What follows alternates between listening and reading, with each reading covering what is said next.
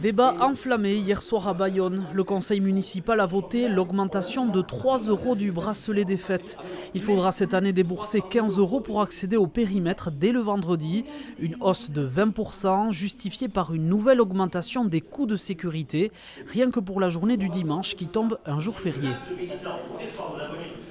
Nous aurons un surcoût, rien que pour la charge salariale, de 300 000 €.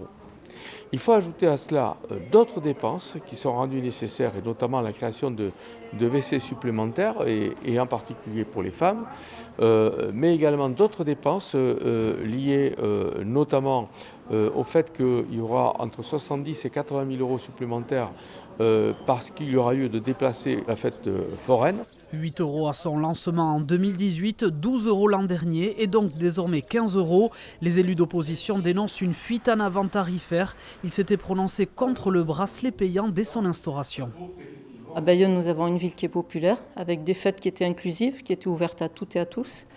Et pour nous, le paiement du bracelet, en fait, instaure un droit d'accès qui va contre cette notion de fête ouverte. Pour nous, le fait de faire payer les fêtes a généré de fait tout un dispositif qui est extrêmement coûteux. On a une ville qui se ferme, une ville qui fait payer, qui donne l'exemple aussi à d'autres, parce que alors, les Bayonnais ne vont pas payer le ticket d'entrée aux fêtes de Bayonne, mais ils vont payer leur fête finalement en allant payer pour aller à la mer. Allusion aux villes d'Anglet et Biarritz qui rendent désormais payants les parkings de leurs plages. Le bracelet restera gratuit pour les résidents bayonnais et les jeunes de moins de 16 ans.